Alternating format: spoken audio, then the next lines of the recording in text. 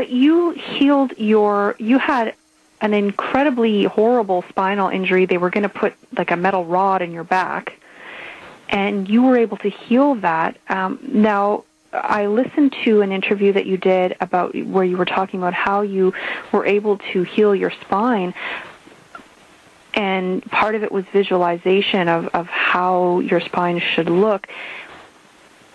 Did you incorporate emotions into that as well? Can you tell us a little bit about what your experience was with that? Sure. I mean, it was a moment of awakening in my life. I mean, I was in a triathlon and was in the biking portion of a race, and the police officer that was waving me on to make the turn had his back to the oncoming traffic, and so when I made the turn, I just got pretty much blindsided by a four-wheel drive Bronco going 55 miles an hour, and wound up having multiple fractures in my spine with some bone fragments on the cord there, and was facing a pretty rough diagnosis.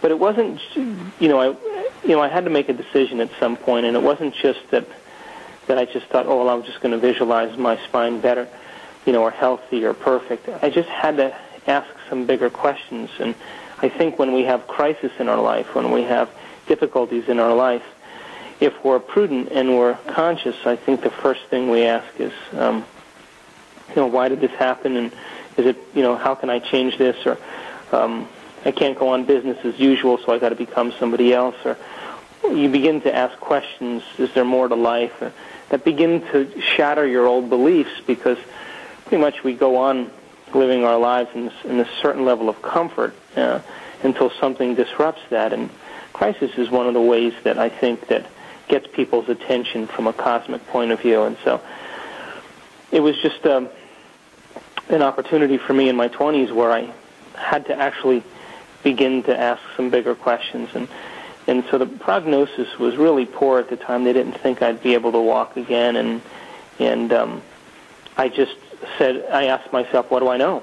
What do I absolutely know? And the first thought that I had was that the power that made the body heals the body. I just believe in this innate intelligence within every human being that pretty much is the giver of life. That there's an intelligence independent of a culture or a gender or a race or creed that is indigenous to every human being, that keeps our heart beating and digests our food and filters our blood and makes 10 million cells every second and organizes little enzymes through our DNA and keeps things from mutating. And so there's this intelligence, this mind that's so much bigger than us, and that few people ever take the moment to acknowledge it or give thanks to it or develop a relationship with it. So I went from, being a 24-year-old kid, living in Southern California and having a great life and being really busy and successful, to all of a sudden laying face down and not being able to do much. And so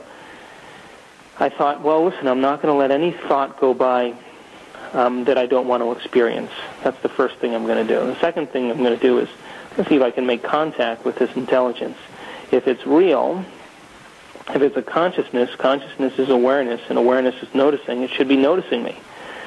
So let me just give it a sign. Let me give it some orders. Let me give it a template. Let me give it a plan, a very specific plan of what I want. And then I got to get out of the way, and I got to give it to it, and I got to trust that it's going to do the healing for me.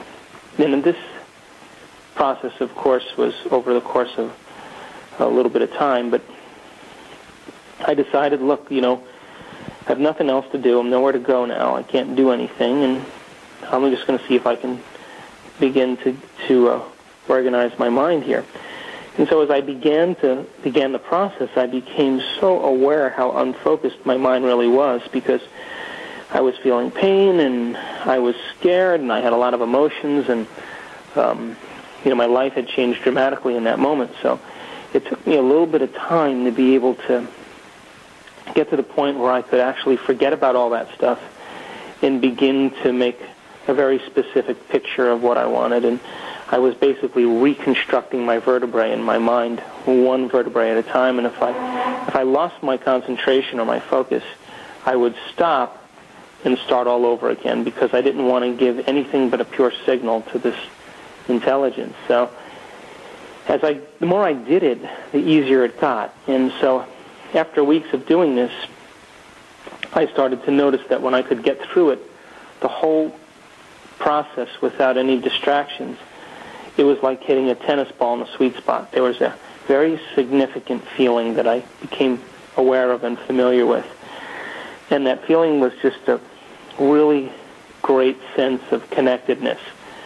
Just like if you hit a tennis ball in the sweet spot, or you hit a golf ball the right way, or, you do a round off to a back handspring and you land it right, or you do a dive, or whatever it is that we know from sports, that we swish a basketball, it just feels right, or score a goal in hockey, and it's going. There's a feeling that goes along with it. And I just wanted to have that feeling. And so over time, it got easier and easier for me to create this imagery. And then I started thinking about things I wanted to do, and if I was able to walk again. I started to fall in love with going to lunch and watching a sunset and, running again. And I just allowed my mind to just go. And what I didn't know at the time was that if you do that properly, once the thought that you're imaging becomes real, it produces a very, very strong chemical reaction in your body, and the body thinks it's in the experience. And it's that conditioning process, that emotional conditioning process, that begins to send new signals to the body and new signals to the genes and new information to the cells. And over time, I just made my way out of it. I was back in my life, I think, in maybe 10 or 11 weeks, 10 and a half, 11 weeks, and back to, doing everything I wanted to do at 12 weeks. And so, and I'm not anybody special. I just didn't have I just couldn't imagine living the rest of my life with rods in my spine and being, addicted to medications. And so I just made myself a deal. I just said, if I was ever able to walk again, I'd spend the rest of my life studying this process, and that's where I've been since then.